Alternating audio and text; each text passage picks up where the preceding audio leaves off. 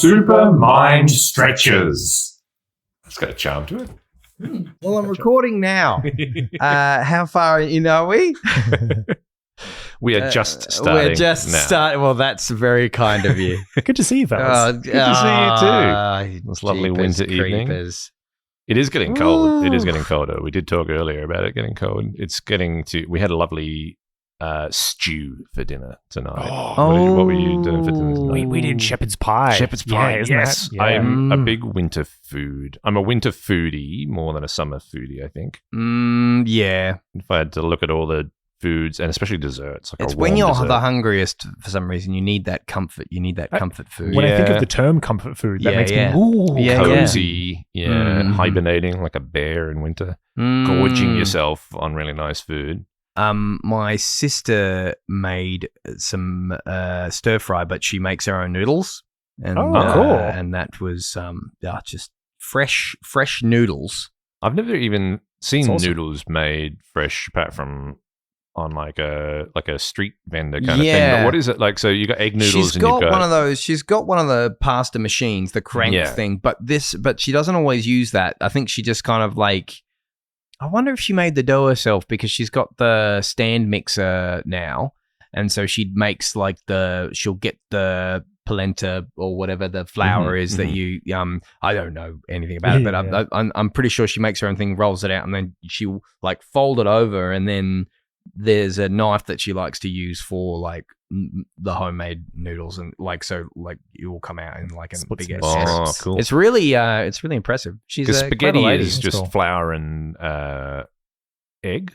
Is that right? No, flour and milk. That sounds Yeah, right. it doesn't actually have to be egg. No, because you're vegan. I was just trying to think. Because I know they do egg noodle for like a lot of Asian sort of stir fry They stuff, do but you don't have to. rice noodles, egg noodles, or you can just Vermicelli? like Vermicelli? a lot of pasta is just vegan anyway. Yeah. you don't need the egg. Like a lot of traditional cooking will, and a lot won't. Yeah, Americans call their spaghetti noodles, though, don't they? Like you have your noodles with your sauce. yeah. They do use the word noodles for a lot of things, like even For a lot of like things. lasagna noodles as well. Yeah, that was a new one for me. Lasagna noodles. Yeah. No, that's going too far. For me, at least, noodle. They like, call that a noodle. The sheet is a noodle I- for lasagna. I've just maybe I'm thinking of just the word. I think I've Wow. heard Americans say noodles. There you for- go.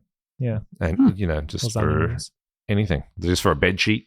That's the bed noodle. Yeah, that's the bed noodle. Pool noodle. The original pool noodle was. No, I don't know where that's going. Pool noodles. There's a use Yeah. for the number of things I've seen pool noodles being used for, just as a basic like insulation. Yeah, Stop yourself from bumping things, or it's one of those things that like it's called a pool noodle, but it's not used for a pool noodle most of the time. Like its chief use would be something other than what it's known as. yeah, and it's I would got say. few qualities associated with noodles. Yeah. Spaghetti's not meant to be like a straw, is it? Like hollow in the middle. But you can get yeah, hollow you can. spaghetti, I've can't seen you? Yeah. noodles. I don't know. All That's a right. good question. And What's your favorite kind of pasta? I love a big. I love a wide flat noodle. There's something Yep. about a bow tie shaped Yeah. pasta I'll that gives me pay that. a really satisfying bite, an al dente bite Mhm. in Yeah. the middle, right in the knot. Lots in of the pinch in opportunities. the You're middle. right. Right. Lots of opportunities for al dente areas in a bow tie. I don't know why. There's something about the sensation of chomping into the middle of a really nicely cooked bow tie pasta, Yep. just where all the folds come together. Because I Mhm. guess it's like 3 folds, and Yeah. then it just compresses and has enough. You wouldn't want the whole thing like that. That's the interesting part. Mm, If the whole piece of pasta had that consistency, it would be too tough mm, and not pleasant. But just having it at the fold in the middle. mm. So that's me, and I'm guessing that's got a proper name, rigatoni or something, or Yeah, what is that Farfalle. one? bafale. like a Which one? butterfly. Oh, is So that I it? think it's Bafale, butterfly, yeah. So not bow tie. Okay. Yeah, Well, but, I yeah, I mean, think same it's thing, bow yeah. tie. I'll take spiral. I'll take, but bow tie is good as well. For Spirale. anything that takes the sauce well and really like Yeah, you want a Really good thick sauce, I keeps think, it- for like a spiral, keeps it in. something that's going to cling. Well, to this it. is like where it's like we heavily associate pasta in Australia, at least, with like spaghetti bolognese, which isn't a very traditional. It's not a very traditional thing. Having the meat in it. Having the meat in it. Yeah. Well, like a lot of the spaghetti would be done with just your passata. Like a tomato sauce, and like some and herbs. it's so much better, I think. Like with a Yeah, fresh you don't basil, always want you that don't heavy need- kind of meat sort of thing to it. I guess that would be, we're a big, like, sheep and cattle country, so you got to pack the meat in any way you can. That's true. I wonder if we have the same kind of tradition of adding meat to dishes that don't traditionally have meat to try and get more meat consumption. I remember a story about in Switzerland in the 60s, they had an overproduction of, one of their main things they were producing was cheese.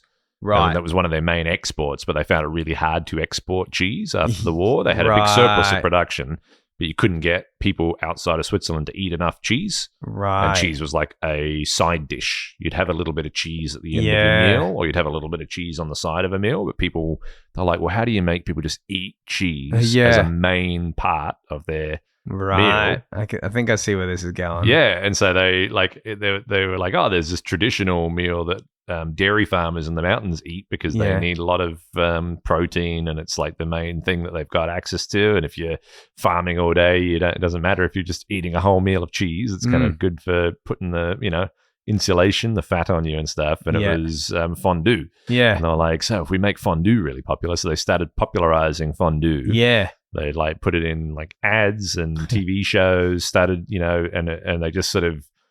Literally, there was a cheese cartel, which is this group of cheese farming organizations that controlled all of the they had like price fixing and stuff like that, and they wrote out cheese farmers that were not like sort of part of their conglomerate basically, but they used their influence to kind of get the idea of fondue into Western culture. So it'd pop up in TV shows, and that's where you get this like weird thing in the 60s and 70s of fondue being a popular thing. Wow, because the Swiss were trying to sell more cheese. I do love fondue. I don't eat cheese anymore, but hot dog, I love some fondue. Melted even chocolate fondue as well. Like, just what is it that make just something melty? You're sticking other food into it. Yeah, getting coated with something so good. Like cheese, pizza is just like melty cheese on a thing, melty cheese on top of a pasta, like a cheese toasty. There's just something about when a certain kind of food goes melty and gooey. And there's not many foods that you really want to go melty and gooey like that. That's true, actually. Yeah, why is that good? But I'm scared to think of examples where it's not good, and I don't want to think about that. We had soup the other night. And it was I'd like finished teaching and I was rushing, and I came back and Kate said there's some really nice soup in the fridge, and I was like, great. And I grabbed this Tupperware container out and scooped out the soup, and I was like, oh, it's like a blended soup. This is looks a little bit creamy and stuff. And there was these cheese scones to go with it as well. These really yummy cheese scones, and I heated it up and I'm eating it. And I've been worried recently because it's cold weather. I've had my flu shot. I haven't had a COVID shot in a while. I was like, I don't know if my sense of smell is not great at the moment, because I've never had a great sense of smell anyway. But I'm like, oh, COVID, that could be a sense of smell thing, right? Right. But I woofed down this soup because I was like really kind of hungry after this lesson, dipping these cheese scones in it. I was like, it's very salty. And I was like, oh, that's interesting. Then I went to put just a little bit back in the fridge. And I opened up the fridge and went to find a space to put it, and then saw this big bowl of soup in the fridge. I was like, oh, that's interesting. That's a very different soup to the one I just ate. That's like she said she'd made a soup to use up all the leftover vegetables, and that's definitely like a chunky minestrone. That's definitely vegetable soup. That definitely fits the description of what I was told to go and eat. Yeah. And I was like, well, what did I just eat a whole bowl of then? I was like, was that like the leftover batter from the scones that wasn't cooked, and I just ate a bowl of batter with the scones eating it? And I was like, well, I can't so I had to quickly dispose of the leftovers, because I was like, well, I'm not going to admit this. I'm not admit to that, yeah. Because then I lose all credibility in the marriage as well. Any time afterwards that I want to say, no, it is, you do turn left here, not right here. It's going to be, but what about that time? And this is doubling down, because one time I, again, was rushed in the kitchen, made a big roast dinner. and then made gravy. I was like, I've just made this whole roast. There's roast pork, there's roast potatoes, roast parsnips, roast carrots. I've made some Yorkshire puddings as well. There's some mint sauce to go with it. It's like, I should do some gravy as well. So I quickly grabbed the flour out of the cupboard, and then like got some of the runoff, like, the fats and stuff from the pan, and quickly mixed it up, scooped it all up, laid it all out on the table, drizzled the gravy all over the whole thing. We sat down and started eating it. I was like, what? I was like, how recently you went and kind of decided you were going to organize the kitchen cupboards and put everything out of their just regular packaging into like these really nice containers. I was like, what? What'd you put in that one? She's like, that's icing sugar. Okay. So I had to dump the whole thing. It was gravy. There was icing sugar gravy all over the whole thing. Icing sugar gravy. Boy. So the combination of that and potentially eating the scone batter, which I haven't actually confirmed. I'll get a confirmation by the next. I mean, I've broadcast it now. So, yeah, well, but it was good though. It was satisfying. Whatever it was I ate. Yeah. You would have slept like a baby. Yeah. What is that? There was an episode of something where someone accidentally put instead of putting like baby formula in a bottle, they accidentally put like a pancake mix or something, and the baby just like went out like a light or something. And I think you're just talking about my life. So that would have been an episode of my life. That would have been quite a good night's sleep. Yeah. Hey, look, when you're hungry, anything will do. Oh, I see it. I can see that happening. But I could also see, your concern of like, oh no, it's left here. Yeah, but you am I the guy who ate the batter, or are you the guy? I'm listening to the batter guy. Have we done the intro? I haven't done the intro. I've lost track. No, we did before. Oh, yeah, we did, but we didn't record it. Well, we'll re-intro then. So this is Super Mind Stretchers, the podcast where we watch episodes and clips from The Curiosity Show, a beloved Australian science education program from the 1970s, 1980s, and 1990. I'm one of your three hosts, Ben Crisp. I'm another of the hosts, Tom Crisp. And I am Brendan doesn't know how to push a button, William. No, mate. We should shout out the fact that Brendan is the one that lugs all of the recording gear, his own recording gear, out and sets it up and packs it away and takes it home again and does this week after week. So big thank you to Brendan Williams for being our technician, for also teaching us about the editing process. You're obviously a podcaster yourself anyway, so hey, there wouldn't be it would just be me and Tom sitting talking if it wasn't for you. So. That's kind of you. I've learnt by doing, but thank you, Ben, for doing all the heavy lifting in the editing room and the publication, which I don't know anything about. This is like one day we'll have the budget and we'll just fully deck out and have this permanently installed. I used to do the outdoor broadcast for the sports stadiums. One of my first jobs out of film school was for like the footy and the cricket and the basketball. They'd send a big OB truck, outdoor broadcast truck, and because SA's stadiums didn't have either the budget or there was kind of a weird sort of relationship between, if the soccer was being broadcast on one network but the cricket was on another network, or they didn't share a stadium. But whatever it was, whatever the divide was between the different broadcasters, they wouldn't spend the money to permanently rig up a stadium. So instead, it must have worked out better economically for them to send a truck over, hire a bunch of cable hands like myself, riggers, and then we would have to like pull kilometers and kilometers of cable off the truck, rig up the whole stadium. And the way you would do it, like if it was the Adelaide Oval, if you have Adelaide Oval and you walk down right to the grass, just before there's kind of a walkway behind the fence. Right. And you'll see manhole covers essentially all the way around. Right. And you would get a drum of cable that would be anywhere between like 500 meters to a kilometer of cable on this drum of like a coax. You'd stand there.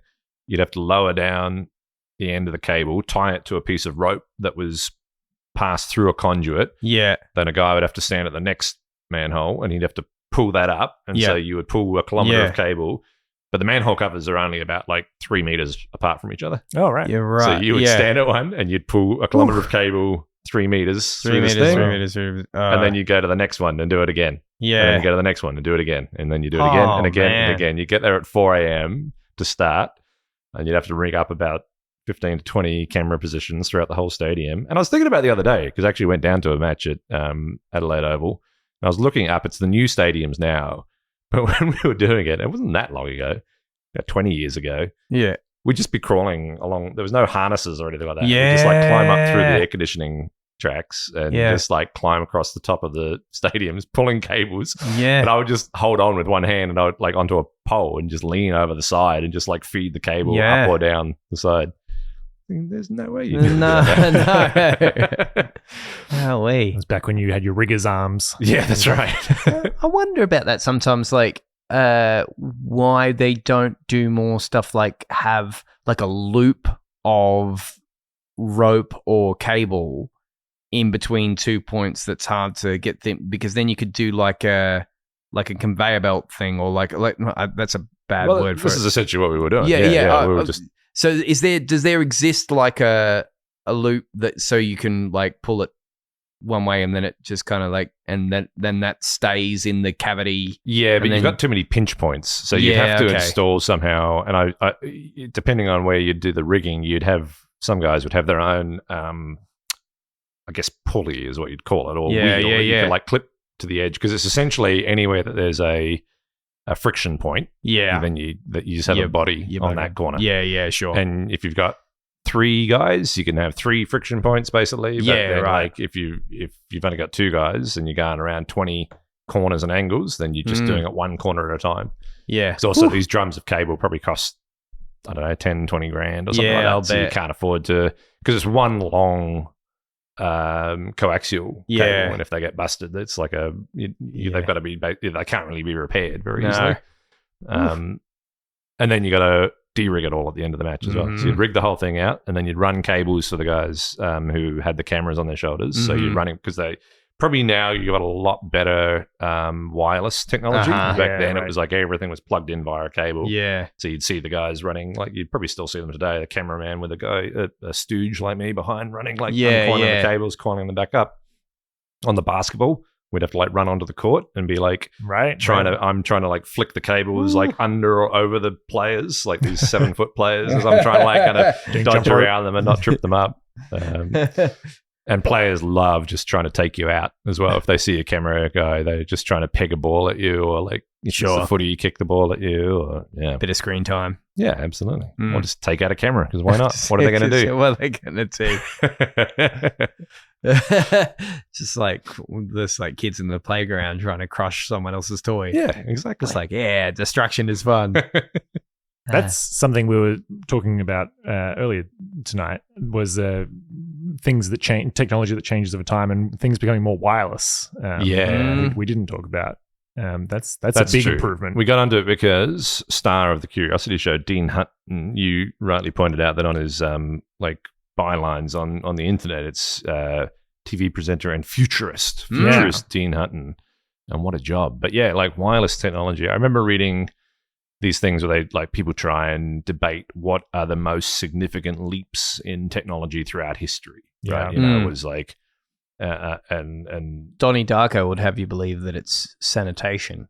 Is that what they talk about? Because his love interest in that movie, Gretchen, was that name? The character's name, I think, is supposed to be doing like an assignment on what the best invention is, and Donnie Darko straight away goes, that's easy, soap. She says, what? Like, well, the whole sanitation thing, like Louis Pasteur and Pasteur. And all the discoveries of like bacterial infection and stuff like that. Yeah, right. Absolutely. Well, my brain went straight to toilet paper, which is like slightly more, like it's all part of it. But absolutely. Part of the sanitation movement. Sanitation. Well, that would be. I read a book a couple of years ago by Peter Singer called Enlightenment Now. Enlightenment Now. That's another one of these words I can't say. And he was talking about at one point in that book about like the inventions that have likely saved the most lives in history, and he's doing these calculations of, based on how many, like what the different population rates were like, and what the different death rates were like, and then what the death rates were because of these specific causes.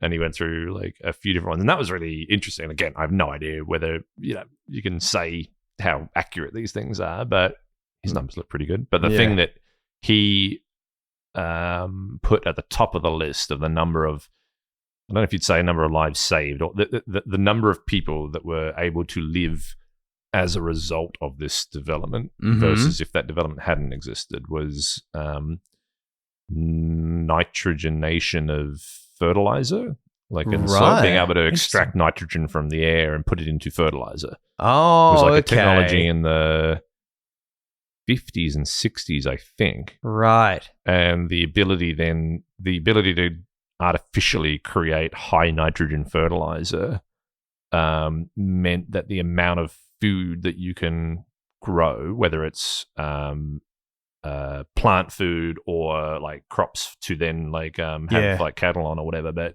by any metric, the density of what like basically the calories per square kilometer that you can generate, that's interesting, increases like exponentially once you can nitrogenate fertilizer. And it was like in the like hundreds of millions of like lives that you've people have been able to be fed. Like we wouldn't have as many people on the planet simply because we wouldn't have the food to provide to that many people. And so it's, I just like things like that where it's kind of making you think about something where it's like, penicillin would have to be the thing that's like, resulted in more people being alive than not, or something like that. The numbers are nowhere near as different as things like, and like you said, like soap and hygiene, things that have like helped people not get killed by like bacteria and things like that. But just being able to feed people in these kinds of ways is like a massive one.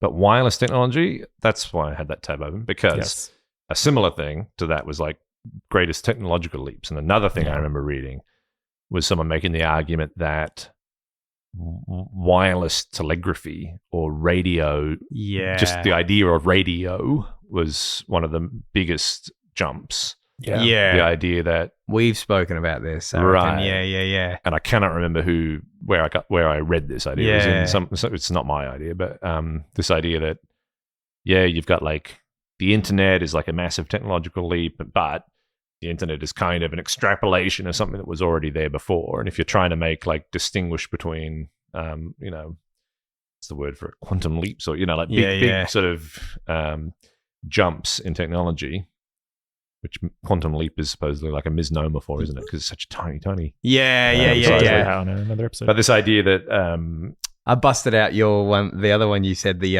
what was the other one that we touched on? That decimation. Decimation. I used that the other day. Nice. The idea of being able to that you'd no longer need a physical wire. In order to communicate one idea from one place to another, that you could now send ideas or send information through the air.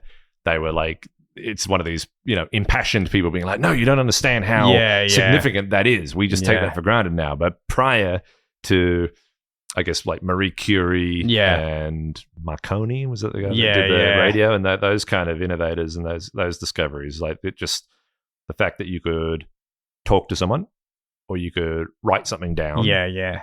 And literacy is like another one that gets talked about as a technology, because we don't think of literacy as a technology. But like the ancient Greeks, the idea of teaching everyone in a culture to read and write. Not just the, like, Egyptian culture, there was like the priests and there was one class of society that had that magic technology, that magic ability to be able to read and write what the symbols meant.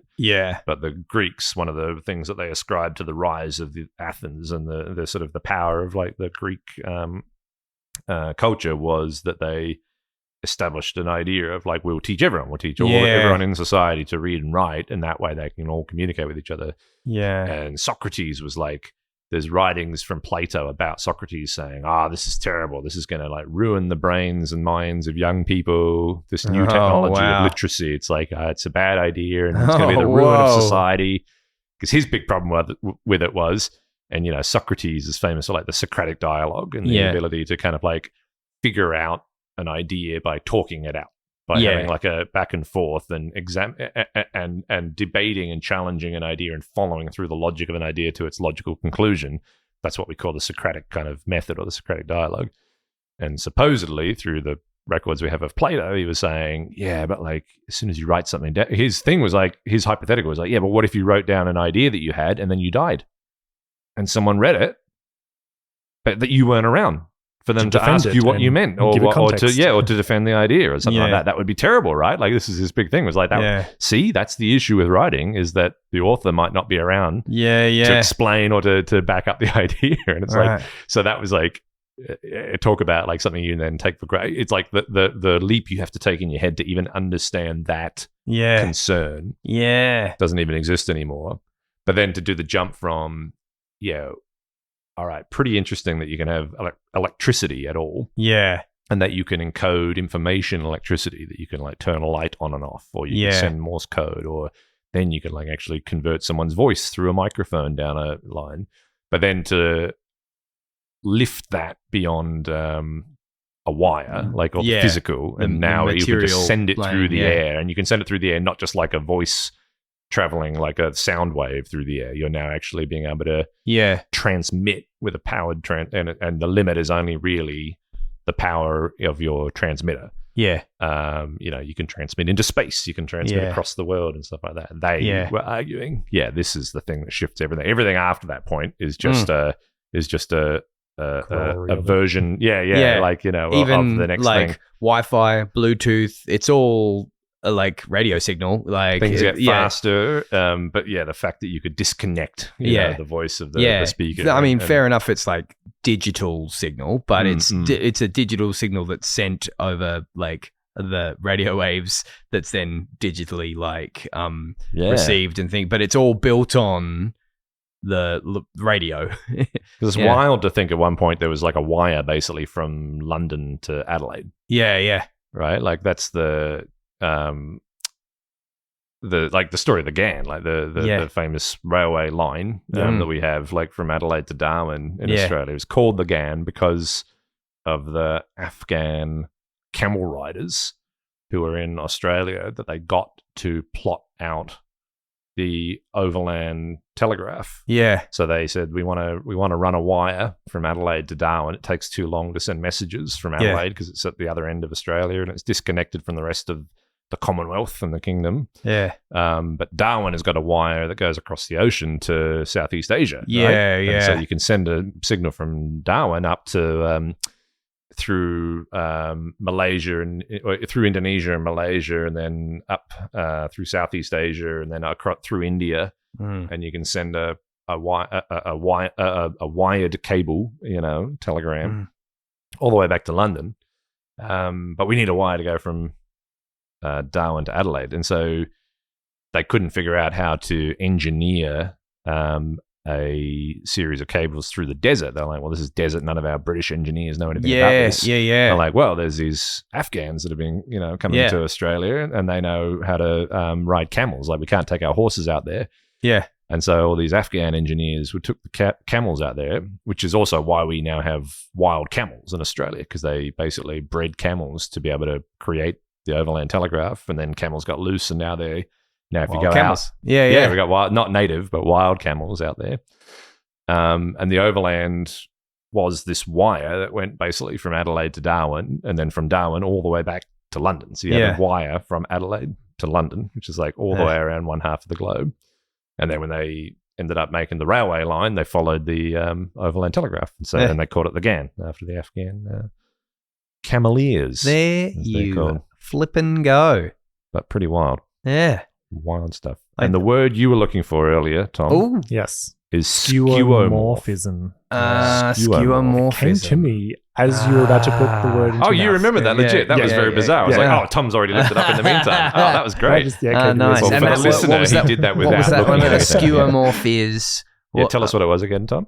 The example I think of is on computers when there are like icons being used to signify something like a floppy disk to mean save. That's the big one for me. Yeah, something like that. Or so like on your phone, like the answer your phone logo is like an old handset. You're right. For like a dial telephone. Yeah. And that was part of a broader thought of just that technology is sort of built on the everything that comes before it. And that sounds obvious, but sort of it's interesting when you're saying about wireless or, that being a jump in technology. But it is interesting that the not push and pull, but almost the I'm imagining in two different lanes in a race, like, different, the technology sort of forges ahead, and then theory can forge ahead, and emergent properties come from having faster ability to do something. You're like, oh, well, we hadn't thought of this, but now that we can do this thing faster, then this other idea is possible, and those ideas propagate, and then you get a whole generation of people who grow up and it's like those ideas are normal, and you think, well, imagine if we could do this, and then the raw technology sort of catches up, and then you can do the next thing. It's like the breaking of the 4-minute mile. Right. It was always believed that to run a mile in 4 minutes was unachievable. They'd found that was the peak of human ability, the 4-minute mile. Yeah. And you couldn't do it. And then someone did it, and then so many people did it afterwards. Like it was never achieved. And then the moment someone achieved it, then it was seen to be possible, and it was broken over and over and over and over in rapid succession, because that had been dispelled that there was a limit. Right. So if you can see it, you can be it. Yeah. As I say. Believe it, achieve it. Yeah. What one man can do, another can do. Which is a line from the movie The Edge with Alec Baldwin and Anthony Hopkins. Do you know that movie? No, I don't know that one. No one knows that movie. I love that movie. It's Anthony Hopkins and Alec Baldwin versus a bear. So I'm genuinely sorry I wasn't there with you on that one, Ben, because I'm usually there with you. It's exciting for me to have one reference point that you're not already all over. That you're not going to tell me every fact about it. Get out, Nah. So interestingly, the other examples they had was electric light bulbs imitating the shape of candle flames. Would be a version of so skeuomorph, also spelled skiamorph, compounded from the Greek skeuos meaning container or tool, and morph meaning shape. So morph, the shape of a tool, the shape of a container. Oh, okay, yeah, right. Used to characterize many old-fashioned icons utilized in graphic user interfaces. So the floppy disk. But Apple also used deliberate skeuomorphisms. Oh, okay. So things like a calendar icon on a computer being the punched hole paper calendar kind of thing. Right. Yeah, and the whole their weighting thing was a... Oh, hang on. No. Oh, the hourglass? Yeah, that wasn't Apple. I mean, it is now, but... Yeah, Windows had theirs. Because Apple was a little watch. Yes, and on the Apple Macintosh computers, it was a little watch. And then I remember seeing my first dad had Windows machines at his work, and I can remember when he first had Windows 3.1 or 95, and I went there, and I was used to using the Apples at school, and it was just like a little wristwatch thing. And then it was in an hourglass turning over, and I thought, oh, that's funny because they're trying to be different and they use an hourglass. Yeah, and the hourglass is cooler. It is old and kind of old timey. Yeah, it's something like I don't know. Hourglasses are another one of those icons of something that just is exciting. Yeah, adventurous.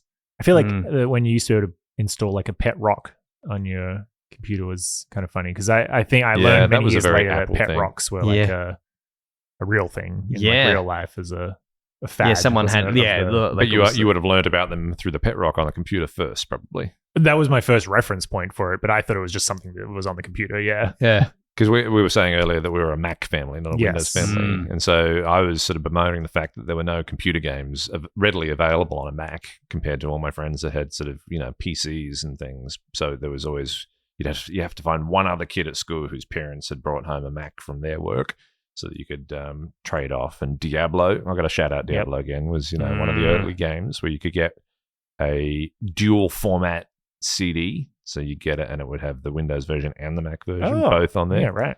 But in lieu of any video games on the Mac, it was all pet rock screensavers. Playing with different screensavers, like the Flying Toasters and the Starfield. I remember the Flying Toasters. Yeah. In fact, was there a toaster one where it was a C, scene with sand at the bottom and like in the ocean or something? Probably. Because I can remember seeing one of those and I'm looking at the sand on the bottom and it didn't change very much. Mm-hmm. And I just thought that's kind of, I can remember being a kid, like having just learned what a screensaver is supposed to do. Yeah. And I'm looking at this scene going, that part of that scene isn't changing. So if this went for hours, that's worse than burn into your screen. There was definitely, like a spectrum of screensavers that were kind of like visual, like demonstrating the graphics of the computer much more so than doing what a screensaver saving the screen. I forgot what screen saving was all about. I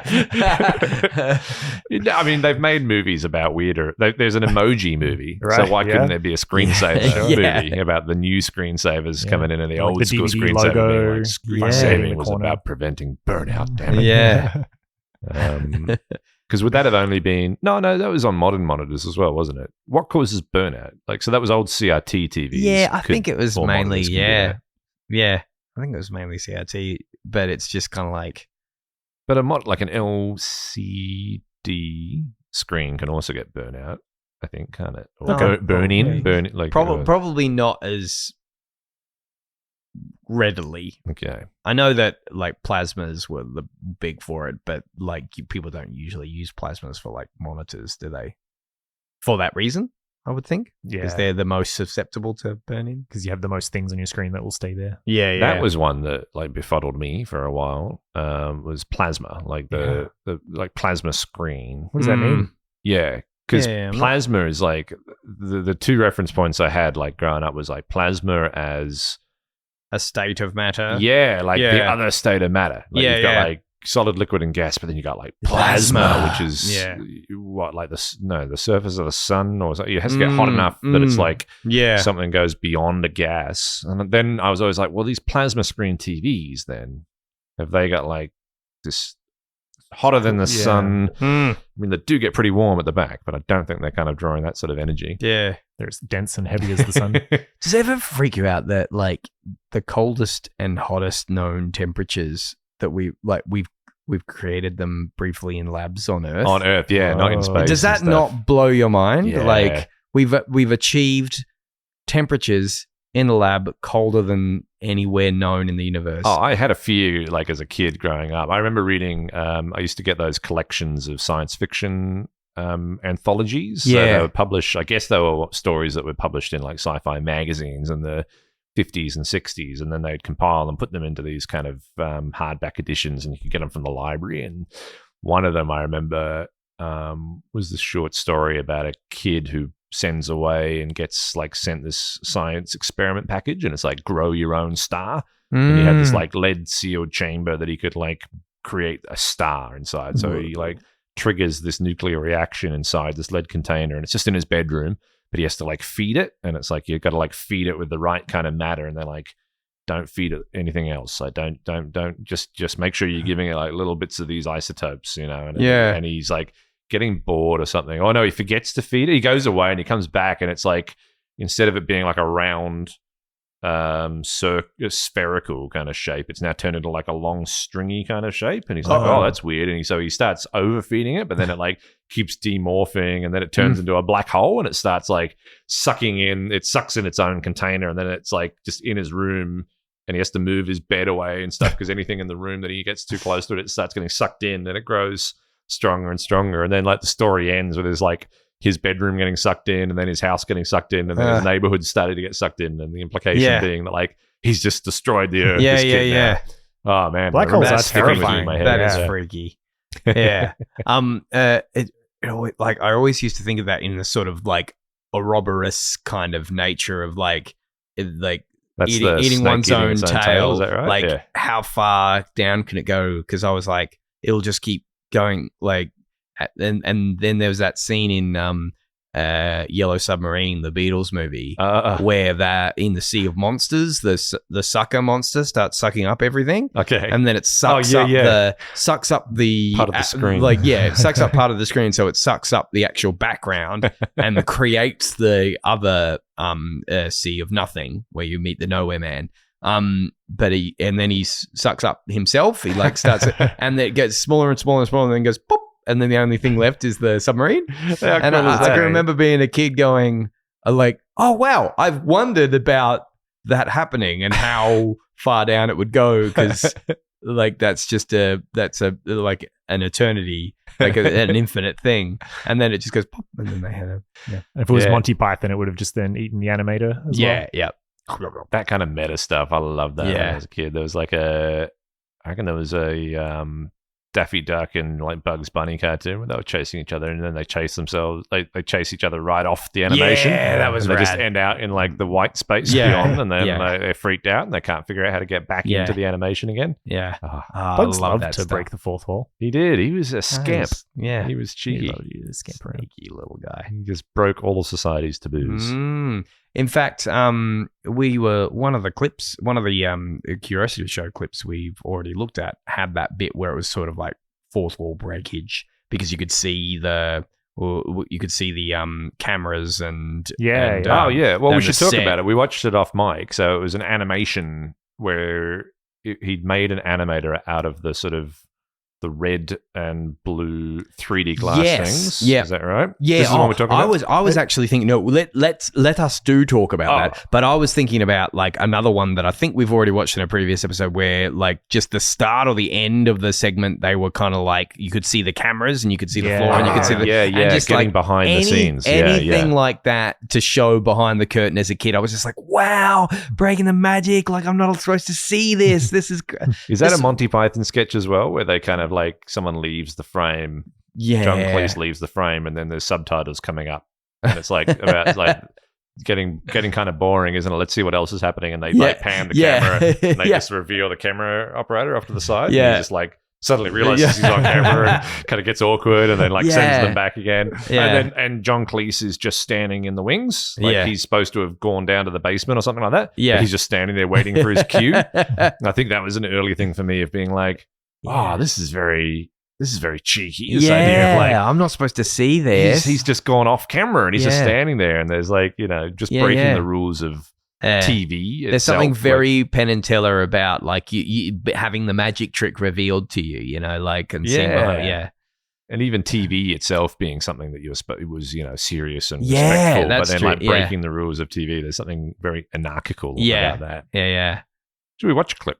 Let's watch a clip. Let us. This is called the Magic Potato Trick. The Magic Potato Trick. Any guesses what you think this is? Is this one ringing a bell? You know this one? I know this one, and I haven't tried it myself, but I'm keen to because it does freak me out. This Potato one. Trick. All right. So it wouldn't be, Tom, you and I have got to try and figure this out then. I'm not thinking it's like power, like battery from potatoes. Oh, okay. That's too complicated for this, I reckon. For some reason came to my mind was cutting a potato in half and then maybe like making a shape. Like making a stamp? Yeah. I remember us doing that in school, like potato stamps. It's not very magic. Well, it's all right. So this is a magic potato trick. Curiosity. That is a very sharp knife. What a start. It's excellent for something else as well. So it's a Rob clip. We've got the goatee. I think the goatee is a permanent fixture. I don't think it comes and goes like Dean's moustache. That's a good question, actually. Yeah. And I had to look up what you'd call, because I would call that a goatee. Yes. But there's no moustache. There's no moustache. And I was thinking, so what do you call it when it's just a beard with no moustache? Because I was like, I would have thought that's a goatee. And I was thinking, well, what's goat's beard? Yeah, like a goat. Yeah. Like a goat has a little wispy thing. And it is. It's just that's the goatee. But I think the common thing was to have, because goatees were quite stylish in like the late 90s, early 2000s, and they almost always had a lot of boy bands, and they almost always had the moustache to suit. Then people came to know moustache the goatee as having a moustache to taste. And then I don't know what it's called when it's connected. When the moustache is not connected, that's a Van Dyke. Yeah, right. That's a good point as well. Yeah. And then you've got like your handlebar moustaches. I rocked a Van Dyke for a small period of time until I was advised otherwise. I'm trying to think of your face shape. I'm trying to think what Van Dyke kind of suits, because they always who's a famous Van Dyke? I'm trying to think. Is that the Dick? Yeah, but he didn't have. It's not. Surely it's not named for Dick Van Dyke, is it? Is that the Frank Zappa? Is that the moustache? Yeah, Zappa had a bit of a he had a big he emphasis on the moustache though, really. I think maybe. But Jack Sparrow has a bit of a Van Dyke going on. Yeah, there you go. Yeah, right, I think. Right. And the soul patch is just a little bit above where a goatee would normally hide. But no, we're in full Rob goatee form here, and not a skin tight skivvy, just a sort of like lightish grey, but still showing off the guns. Paper knife. Let me show you. Take a piece of newspaper, fold it over to get a crease in it, and you can see how sharp that knife is by the way it just slits through there very cleanly. I so want to zoom in on these newspapers. Oh, yeah. Right. See what the text is. It's just not high enough res. Fold it again and try something different. What do you think will happen if we put the knife into that fold there, being very careful, and put the potato on the chopping block there, put the knife in the paper on top of the potato, and then press? Surely it's going to cut its way through the paper and then through the potato. Well, let's give it a go and see. Here goes. Seems extraordinary, doesn't it? But in fact, it's cut through the potato, but not through the paper. It's completely unharmed, although it's gone soggy and soft in the middle. Seems extraordinary, but it really does work. Why does it work? Well, think about this. When it's cutting the paper, the force on one side is very much greater than the force on the other. See, I'm pushing from this side. The force is very great from inside the paper. There's no force on the other side, so the knife goes through the fibres. But when we do this, the knife's pressing with one force on this side of the paper, but the potato is pressing with equal force on the other. So the paper's carried through between them. Let's give it another go. There we are, completely unharmed. Take care, it's a sharp knife, but give it a go. You'll see it works. There you go, eh? Good way to trick your kids into helping with dinner prep. Chopping the potatoes for dinner. That is pretty interesting. So I'm not certain I understand the science of that. So he's taking a piece of newspaper, he's laying it on top of a potato, and he's cutting through the newspaper. He's cutting the potato underneath, but the newspaper stays intact. And he's saying it's because there's an equal force that the potatoes on the paper. But why then? Like if you just laid the newspaper down and went to cut. Oh, so as long as whatever's underneath the paper is absorbing the force? No, if you put it on a table and put the newspaper on there, you would cut the newspaper. You would. It feels like there's something being unspoken about holding the paper down on the table with your other hand. Okay. To me. I don't know. That wasn't in the video. But now I'm trying to think how I'd have to do it. I feel like I'd have to do a rocking motion, like with a pizza cutter or something, because I think if I just laid the knife down, it wouldn't necessarily. Yeah, I have. I haven't. Don't know. Don't exactly know the answer there. So I can't do an easy Google to figure out a better explanation for that. Not a better explanation, just an explanation for me of why the force thing. Yeah, it just keeps saying, and there's a lot of other YouTube videos of people trying this thing. Because I think it's about the structure of the thing failing. So, like, any time you press something against something, there's going to be like equivalent force, but I guess the structure of the potato fails sooner than the paper. But then if you're just cutting paper with a knife on a chopping board, which we all know you can do, that is the force, even though it's equal on the, then the structure of the paper fails in the concentrated area of the knife blade. Like, I'm trying to think, if you fold the newspaper between your fingers like he's done, you slip the knife in and then you're pulling the knife away, you're also holding the newspaper. Yeah. That was my point. I see what you're saying. That's what Tom was saying now. I'm understanding what Tom was saying. Yeah. Because if you're applying a force just yourself. Folded the newspaper around and moved it through the air, the newspaper would just move with the knife. So you're holding the paper back. Yeah. But why is that different to the potato pushing the paper back? Well, my take from the video was that it's trying to challenge maybe an intuition that to cut something means that the knife is just going to go through in whatever order it's moving through in space. Yeah. And it's trying to challenge that assumption to say well, no, something can get in the way of it that it won't cut first. It can like become part of the knife system. Because I guess it's also, why doesn't the edge of the knife just like fold away or break? Right. It's moving through the potato. But if the potato was like a lump of steel and you put the same, like enough force, the knife would break, not the potato. Yeah. And so if you put something else in between the potato and the knife, that thing's not necessarily going to be destroyed. Still can't there'll quite be an order of intuitively figure it things, out. though. Yeah, I guess because you could have some like butter and a piece of paper and the potato. Like I'm trying to think of how many layers you could have. Yeah. It's delicious. Get the paper out of there. Yeah, I think there's probably a more nuanced series of events that are happening, like in terms of like the way a potato will split. Right. And like if you put the potato first, one of my favorite discoveries is kind of related to this. It was years ago, but it was something I read on the internet. It was on one of the the Ask Science or one of those Reddits or those sorts of things, and someone had asked a question that I'd had in my head as well, a version of, which was like, what's the smallest thing you can cut to? Like, what's the smallest you can cut something up into? Yeah, I just want to know what's the pixel size of the universe. And this was maybe at an age where I still don't really understand, much about subatomic particles, but, I really didn't have an intuition about that stuff. And there was a great answer on there. And it's not even necessarily that it had to be scientifically totally true, but the story of this answer really stuck with me. And so what they were asking was, what's the smallest thing you can cut into? And the corollary question was, and what happens if you cut that in half? Like, and the answer was, all right, let's just start with an apple, something you can just easily picture at a macro scale. And you've got a knife and you think of cutting something in half as cleaving it. So applying this physical force to, just using these words, split it into two smaller parts of that thing.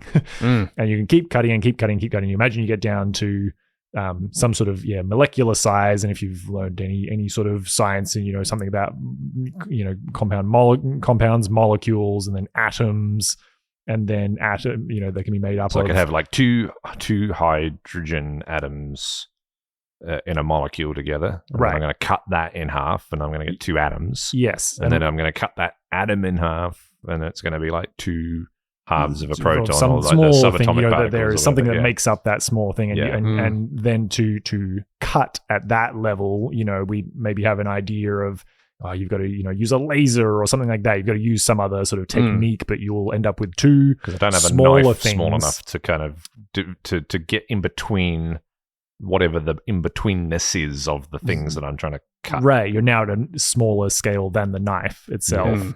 And then you're down to a scale, and then you might think, you get two things of a lower mass, say, or than what you had before. I see. Like I can't split a proton into smaller bits with another proton or something. I need something small. Right. And this person answering this question sort of then gave a little bit of maybe just like broad strokes science to say, you get to a point where, at this point, I probably had heard of, particle accelerators and the idea of splitting even smaller. That's where you're smashing two things into each other, I guess. Is that the idea? Right. You're applying so much energy that you can break apart whatever bonds, whatever is holding that matter together at that level. And then they sort of described that you get to a point, and I don't know what the name of these subatomic particles are, but where you can put them into a particle accelerator and you can use a ton of energy. You build up so much energy and you apply so much energy that you can break apart whatever that matter is. But they said you're applying so much energy, and because of E = mc squared, there's a relationship between energy and mass, that you end up with more stuff than what you started with. Like you're doing the opposite. You're not breaking something in half. You're like making more of the thing. So at that point, and I remember the way it was written in this post was, and at that point you've basically you're done with this whole cutting thing. That's like, I was like, what? You're done with this whole cutting because I was that kid in physics class that would be like, but why? But what about this? And I'd say, well, what if you cut that in half? I would be thinking like that. And then to have... Which is the right question. Yeah. Right. And this was the first time in my life... What if you cut nothing in half? Do you get two nothings? Yeah. This was the first time in my life where I was like, oh, okay, it is possible to ask a question that either has no answer or has an answer that you're not satisfied with, or that not every the question is invalid. Yeah, right. Yeah.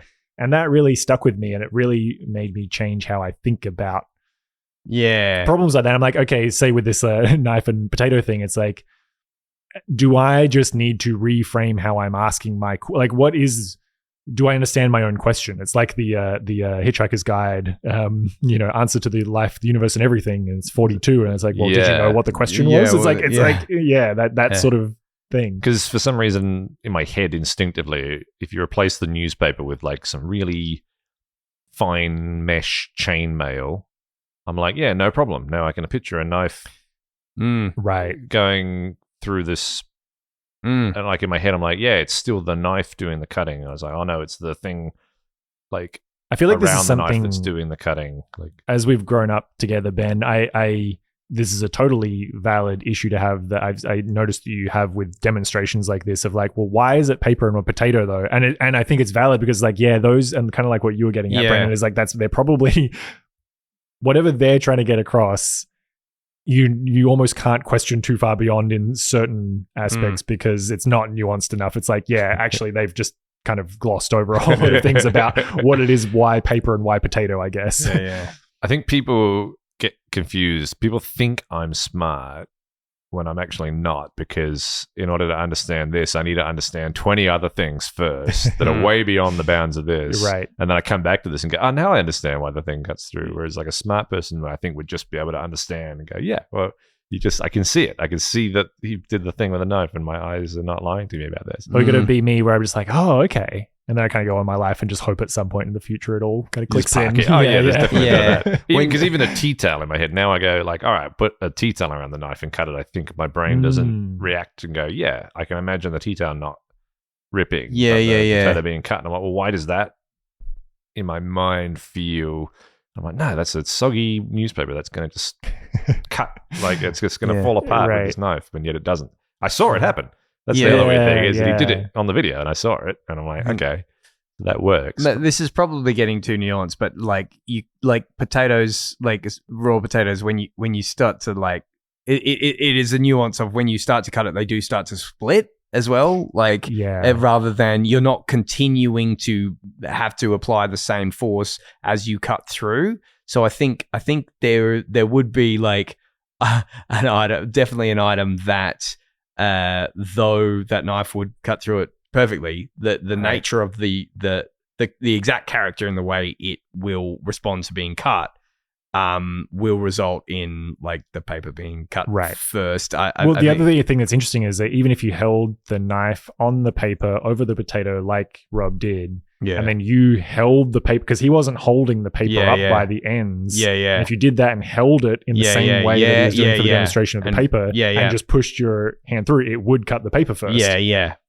Because now you're applying that. You're same taking force. the paper with the knife in this situation, but But when you were talking before about like cutting and being done with the whole cutting thing and being the kind of person who's like, why?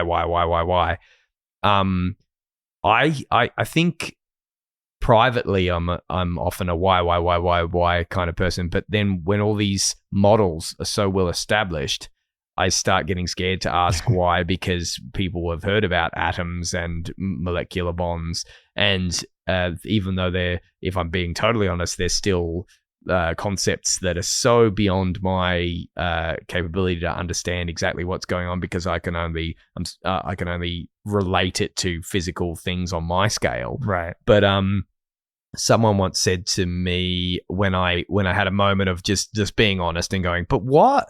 Like, hang on, are these things orbiting this? And then if they're sharing electrons, what's actually happening? Are they doing like a figure eight around these two things? What does sharing an electron mean? Right. And I think it's good to remind... I said, just pay for the petrol. Just pay for the petrol and leave. It's not, you're way beyond my job right now. But I think it's good to... Someone reminded me once, and it's good to be reminded if you're an inquisitive scientific enthusiast. It's good to be reminded that these are just best guesses and they are models, and that we kind of, it's convenient to treat them as fact because in every application they just work. Right. Like we will throw out these theories and replace them with better ones when they stop working. But because they're just convenient, like ways of naming things and thinking about things, then it's so easy to forget to tell young people or young minds or me that these are best guesses. They're models that we can't see at that level. We just can't. And your why is no less or no more intelligent than the same why that drove people like Einstein and Newton and people like, from Newton to Einstein, people were going, oh, there's this ether and gravity is this force that works through the thing. And then people like Einstein wasn't the first one, but there were people like Einstein going, yeah, but what, like, is it? Or what, like, what if it wasn't that? Like, what if it was something else, and how would it work if it was like this? And by thinking that question and asking that question and not just assuming it, that's how you make those kind of And Newtonian physics worked forever, so we just didn't question it. It was just like fine. And then there was something that Newtonian physics couldn't explain. I think it was I think the phenomenon is the anomalous precession of Mercury, like the way Mercury moves. Like if you do all the Newtonian calculations, it didn't quite. And it starts to move backwards. Yeah, in the sky. Yeah, and then if it does, Oh, so the way you said it sounded like very Da Vinci Code.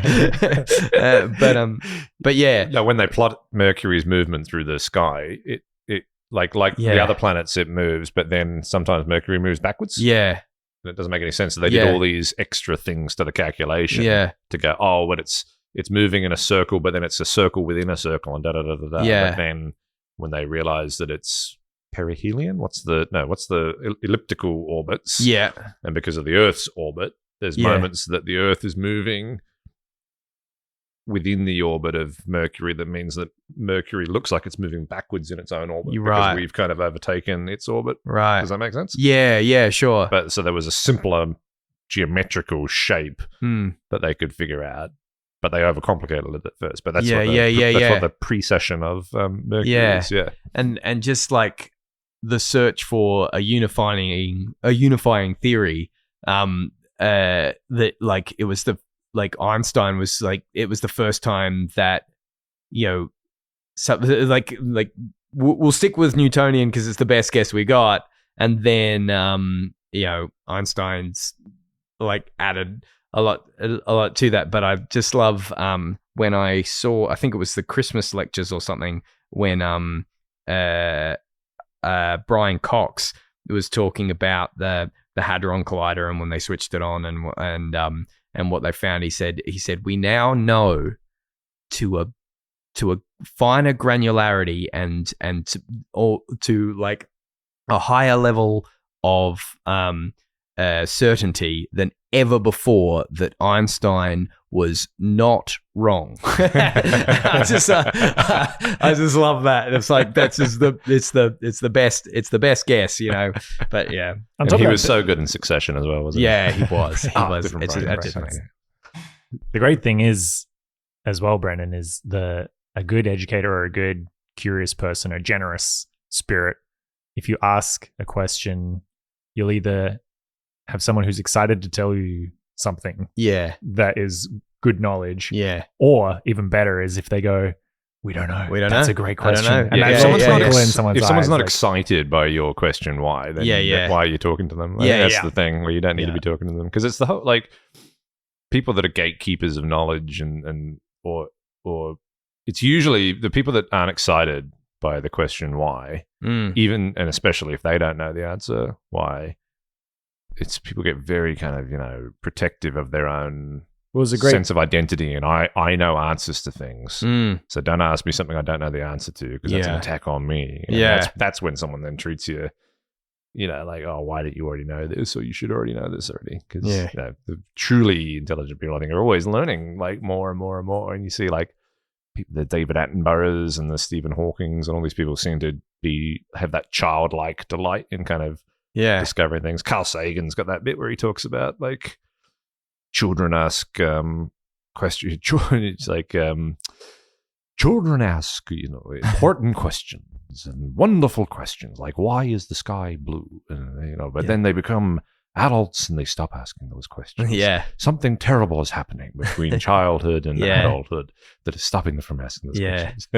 I love that it doesn't even have to be mighty questions. I think there's an XKCD comic about was it the Pepsi and Mentos or something like that?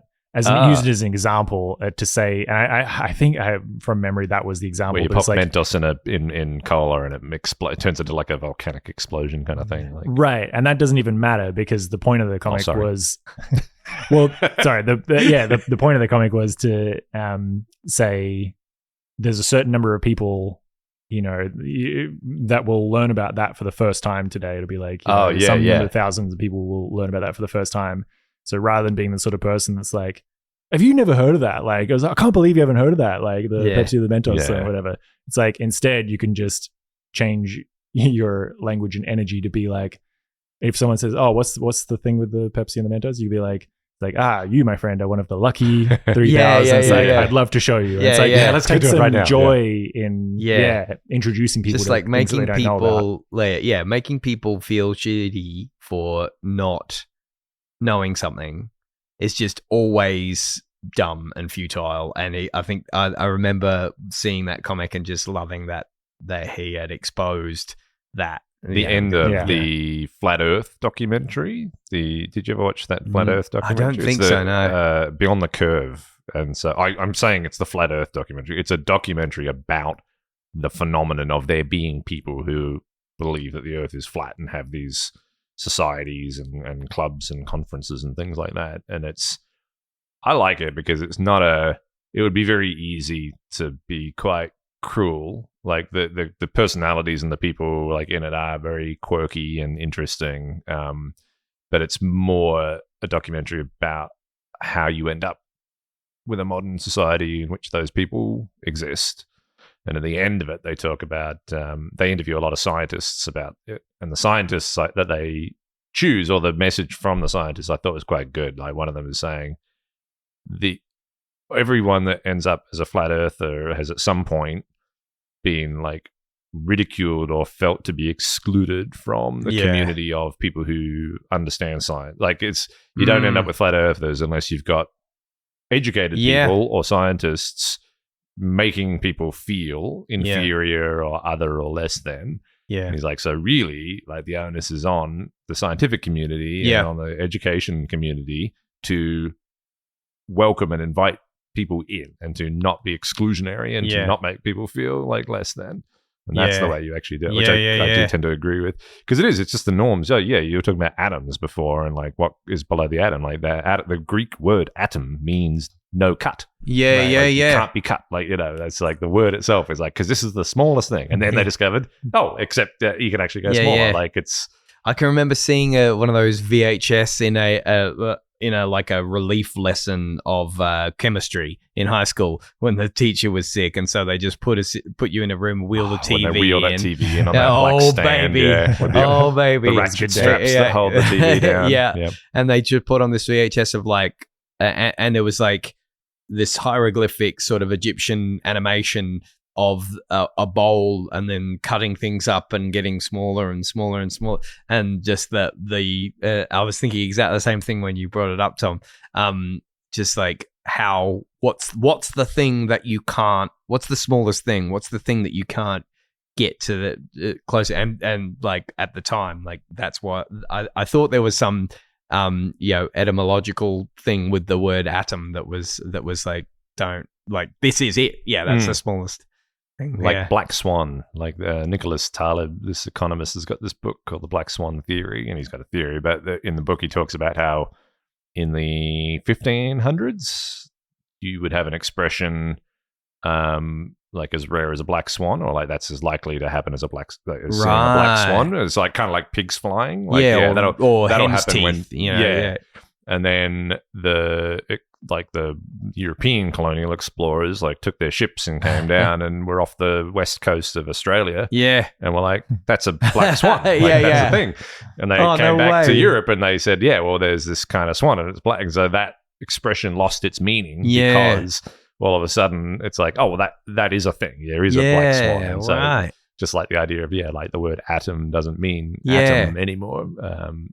Or the exception that proves the rule. That's been bastardized as to what it actually means because it comes from a time when to prove meant to test, like the actual testing of something. Yeah, right. But people think the exception that proves the rule. But I know that this time it happened, but this is the exception that proves the rule because, it is a rule. But that's kind of like what it's had to come to mean because of what prove means to us now. But But the exception, this is the outlying case that tests the common knowledge. So it used to mean something completely different. Outliers and statistics is one of those things that intuition, we've talked about the multi-hole problem and things like that, those kind of paradoxes and puzzles and tests that you do to try and demonstrate to yourself that your sense of intuition is not always right. There was a good, not directly related, but a good number file video I was watching the other day about the way that they estimated tank numbers in World War II. Have you heard about this? Oh, I think I have seen this one. I think it's a recent one, but check out Numberphile on YouTube. But it's so good. They talked about how in World War II the British were trying to figure out how many tanks the Germans had, and they'd sent spies out, and the spies were coming back with reports of we've looked at the munitions factories and we think they're producing probably around 1,500 tanks a month. And they're like, wow, that's a lot of tanks. And they were trying to figure that out. And they're like, is it really 1,500 a month? And they started capturing tanks and they realized that the tanks had serial numbers on the parts. Yeah. And so they sent the serial numbers back to their mathematicians. And the mathematicians used a form of estimation, which is that if you pluck and they do a really great thing on Numberphile, which I'm just going to try and briefly describe here, which is they get a whole bunch brown paper. They get a bunch of toy tanks and they write the numbers on them, 1, 2, 3, up to a certain number, and he's got them in a bag, and he's like, well, you don't know how many tanks I've got in this bag, but they pull out 5 tanks at random, and they get number 15, number 30, number 16, number 1, and so they've just got a variety of numbers, and he goes through the maths of saying, and there's a formula that he derives, which is take the highest number you've got and subtract the number of tanks or the number of samples that you pulled out, and then divide it by the number of samples you pulled out, and then you end up with this, and then add it to the maximum, and you get an upper average estimate of what you think the maximum number is, and and this is what the mathematicians in World War II did, and they ended up getting a number of 247, and when they finally the war was over and they went in and actually investigated the munitions factories, the average was something like 246 per month. And so they were off by a little bit, but off way less than what the spies' estimates were. And it was just this interesting way of using mathematical statistics. And not only that, they had to crack the codes because the serial numbers were in code, so that to try and prevent this from happening. So the British had to crack the code to the serial numbers and then do the statistical analysis. Hang on, guys! On don't put the part number on here. Don't put the serial number because of this mathematical thing that they might. And then they figured out they could not only figure out how many tanks they thought they were making, but in which areas. So then they could figure out, we reckon, bomb this factory and this munitions plant here because these are probably the ones that are making the most tanks in the moment. Oh man! So the maths history of World War II. Speaking about asking questions, and I think I've heard people talk about Brady Haran, I think is his name, the guy who does Numberphile. Mm-hmm. He's from Adelaide. He's an Adelaidean, Brady, and Matt Parker from Stand Up Maths talks about him and how he's the best for that channel because he's not a mathematician, but he asks the question that a non-mathematician would ask, and he's completely unabashed and unafraid to ask the question that probably your everyman is thinking. And I do really dig Numberphile. Well, my mission for the next week is going to be to try and get an understanding that I can understand of this, because I've tried going through the comments. I'm not getting anything. Someone else has noticed what I noticed, which is that at one point here, we can read some of the text on the Mad newspaper. Max Color Special. Tomorrow, Mad Max Color Special. And there's a picture of Mel Gibson as Mad Max there. No way. Which gives us a date. Now we can do a little bit of dating here. But also, like, what does that mean? Does that mean, like, is that like in the TV guide? Is that like tomorrow we're going to show the color version of this? Yeah. The movie's That's actually in color. a great question. And it's COLOR. Yeah. Yeah, it's the American paper. spelling of color. Mad Max Color Special. That is funny, isn't Where it? did this paper come from? Would they have known that many years ago that we're still going to be making Mad Max movies this many years on?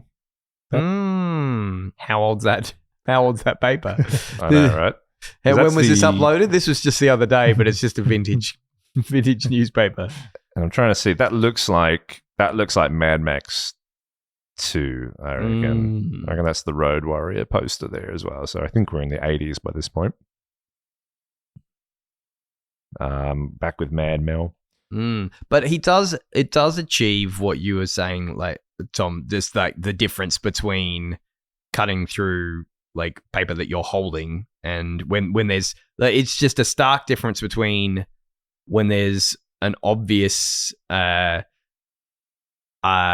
disparity in forces and when there's not as obvious. Right. I got it. I couldn't freeze frame this before. August 1st, 1985 is the newspaper. Well, there you go. Oh, and it's the Beyond Thunderdome poster. That's Tina Turner in the poster there as well. Hey, there you go. Just What Hidden paper is that? information. this is Gumshoe over here. The Something News.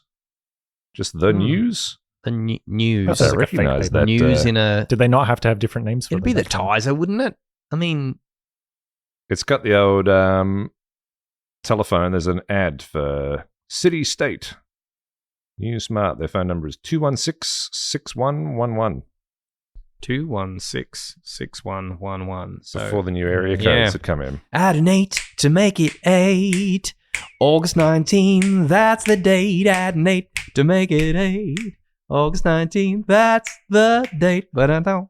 Thanks to I our don't know what sponsors. year it was, but I know it was August 19 that they put an 8 on the front of Adelaidean numbers. Remember. Yeah. I don't know why this made me think. Oh, I guess I'm thinking of I think for some reason my brain went from Mel Gibson to Russell Crowe, and then there's on Facebook now there's the proliferation. I don't know if it's just me, but like of fake celebrity profiles. Where it's like it's such and such like, and it's a. I don't know. It'd be like like often they'll take someone's name and make it a name sort of similar. I think a lot of effort's gone into it. If these like bots or AI or something where they're like trying to make it look like the celebrity has just made their own sneaky Facebook personal account with a slightly different name, but they've put their own picture on there and it's got like 65 friends and there's like a weird email address or something like that. Yeah. But the funniest one I saw was a Russell Crowe one that popped up. I'll post it on our Instagram because it did make me laugh because it's like Russell.Crowe 716595 and they've taken some Instagram pic from like selfie from Russell Crowe and put it on there. And then it says, I love my fans is one of the things. And I was like, if you were going to, that's going to be a dead giveaway if you're trying to make it authentic Russell Crowe. Failed at the if first that man turn. even ever got on Facebook for whatever reason, that would be the last thing that guy would write is I love my fans in all caps. Too good. Oh dear. Or maybe it's the double bluff. Maybe he knows that's no one will ever suspect This is the only it. way I know how to express myself. Although I look, like antisocial in the media, but I've tried to put it out there on Facebook. That's why I've only got 68 friends. Oh, dearie me. Well, this is also, like, speaking of real celebrities, this is just, I mean, one day we're going to have to try and get Rob and Dean on the pod. Come on, boys. If not for just these kind of questions where we can just say, can you give us a good explanation for Behind the curtain. magic potato trick? Yeah, I'd love to know. Like, so much of this stuff is still, like, current and excellent ways of communicating things. I would love to find something that there's been a change in school of thought on the way they like to ask them how they would present, because they would be up to date totally on any of the latest schools of thought on any of the subjects that they presented. I would love to know if there's anything where they would change it because of this thing that's happened, or what would we know more about now than since the sort of 70s, 80s, 90s? I mean, a lot of things obviously, but the things that come to mind. So we read a lot of dinosaur books with Harry. Yeah, sure. I remember when I was a kid there being this thing about brontosauruses being declassified, a bit like how Pluto got declassified. Yeah, but they're back, aren't they? They're back again. Yes! So brontosauruses were declassified when I was a kid. It was like, no, they're not brontosauruses. It was actually Diplodocus and Brachiosaurus bones that got merged, and then like that went on for years and years. And then we got like a dinosaur book and I think I remember talking to Harry about that, being like, like there's not really something called a brontosaurus. It's actually da-da-da-da. Then we got a new, like a more recent book, and brontosaurus was back in there. Yeah. And I was like, that's weird. Is that like a mistake? And then we went and Googled it, and they're like, no, brontosaurus is back. She's back, baby. I remember that assuaged some of the sadness that I did have to come to terms with that Pluto's just too small. It's just... Is Pluto? So Pluto's definitely not like dwarf, I thought Pluto, dwarf planet. Dwarf planet. Okay, so it still gets a shout out. It still gets a shout out. Yeah, because it would throw off there's like a nice evenness about like the 4 inner rocky planets, the 4 gassy outer planets. I don't know if you've got this Pluto hanging on, like a ninth wheel. It's just kind of. It's not even like the biggest thing in the area or something. I mean, it's like local 4 area or of them or something. Yeah. 4. But how they discovered some of those outer planets is a cool example of people getting predictive because of the theories. So looking at gravitation, looking at the motion of the planets, plugging in the numbers. This is like in the 1800s, I think, was when Uranus or Neptune was discovered. Yeah, I still haven't rewatched that 3 Blue 1 Brown on the distances and stuff. So I don't know if you've seen that one, that's related to like discovering the planets and finding out the distances between them because of the way they move and the angles and everything. But just purely looking at the observation of like I think it was Uranus, and then going, well, that doesn't make sense unless there's something pulling on it further out, and then plugging all those numbers in well before computers and going, so point your telescope there, and I reckon you'll see another planet. And they look, and they're like, oh yeah, there's another planet. It's right there. It blows my mind. And that push and pull, the numbers don't lie. The theory, the math, and 100%. all of that, and then the technology catches up, and then you go, oh well, okay, if that's the case, it's just it's emergent. It's so exciting. Dark matter and stuff will be another thing that they'll sort of in dark energy, because that's that thing now that they're like, well, we know there's something we don't know. And so that's there. And then like in the future, we'll figure something out about that, I guess. Yeah. You bodily just kind of reacted when I said dark matter. Yeah, no, I just the idea. And just the idea of like, look, this is what we thought was happening, and it doesn't explain this. So in order to let's find the results, and then we'll find the piece that's missing, and we'll call the piece that's missing something, and just do what we can, and then one day we'll find the thing that's missing. And it's only because people will keep asking why, and it makes me think about technology, and we're talking about like futurism and stuff that you had when you were a kid, and the leaps of technology. And I was thinking earlier that, older people were sometimes getting annoyed at younger people and being like, when we were kids, we didn't have this or that, and you got to be really grateful and appreciative for the stuff, which you do have to be grateful, but there's probably also something to be said for then you need a generation who just grows up with internet and smartphones and is just so used to it that they're not going to... They're not satisfied. They're not satisfied. They're not going to be so grateful of this new thing that solved some other problems or that's like made life magical. It's just going to be part of the scenery for them that's going to frustrate them. That then they're going to go, yeah, but it could be better. That's good. And as long as there's enough people going, it could be better, then they'll keep trying for more, because it'll be us old fogies. It'll be like, yeah, but you should appreciate what it was like before. Yeah. And, I will still strive to be a grateful person, but you are right. There is something to be said for taking the status quo for granted so that you continue to push and find. I think so. Because my theory of futurism is like that 80% rule, where it's like, I think that everything is always going to be 80% as good as we think it could be.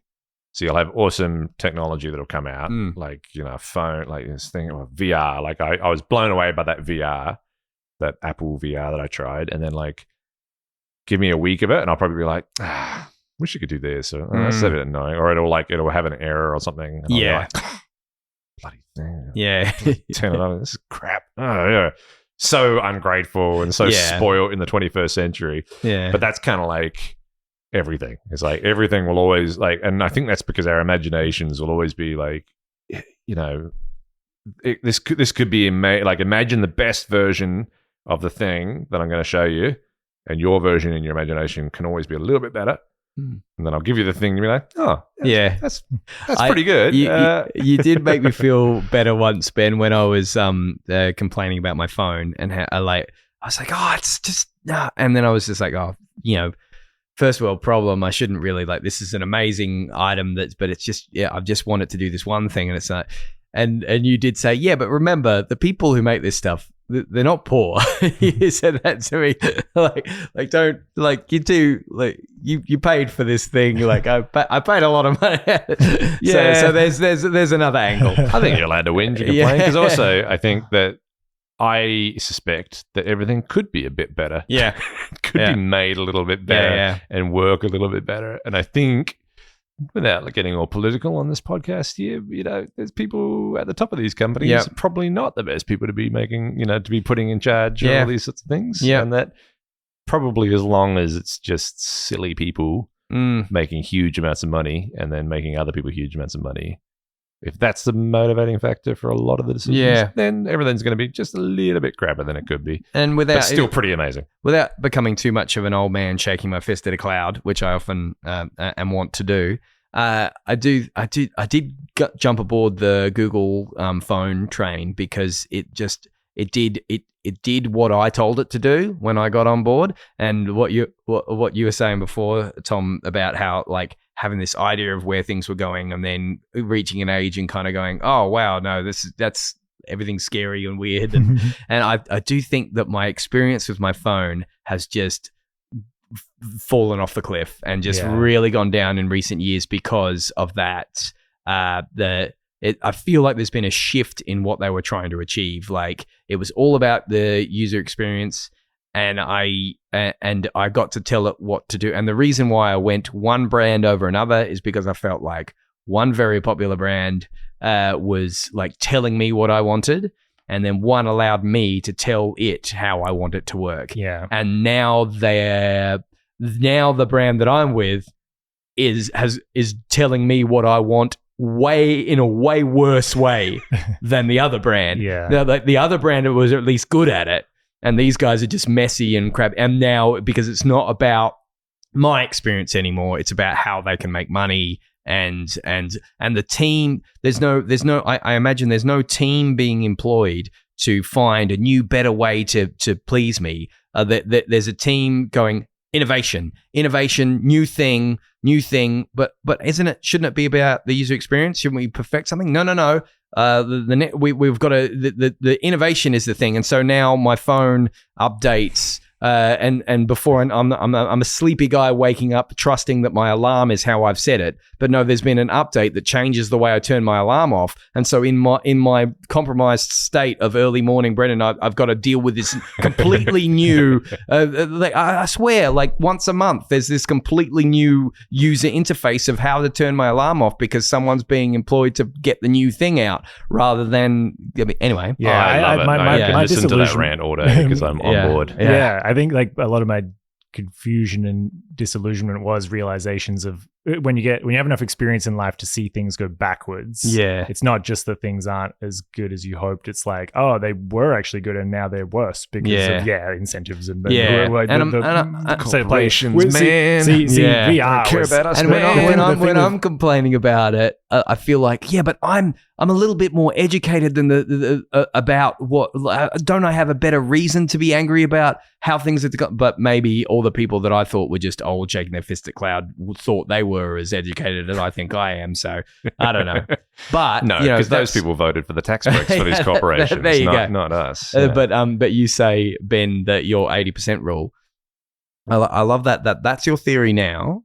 And then in 40 years, when someone's reviewing this podcast, they'll want to get us on to ask about the things that we might have changed our minds about. I thought you were going to say they will be saying, yeah, your podcast was kind of 80% as good as it could be. It was always a little bit crappier than it should have been, but that's all right. Well, with how frequently I forget to press buttons, I think 80% is pretty generous. But you see, the more we record and the more you remember, statistically, these are going to be outliers, right?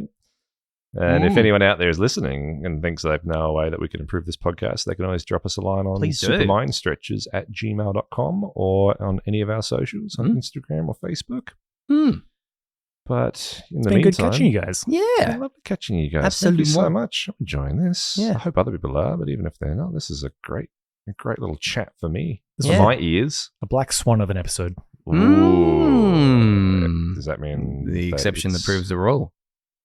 And we're not going backwards. It just looks like we are, like the precession of Mercury in the night sky, but it's just going to lead us to something even more miraculous.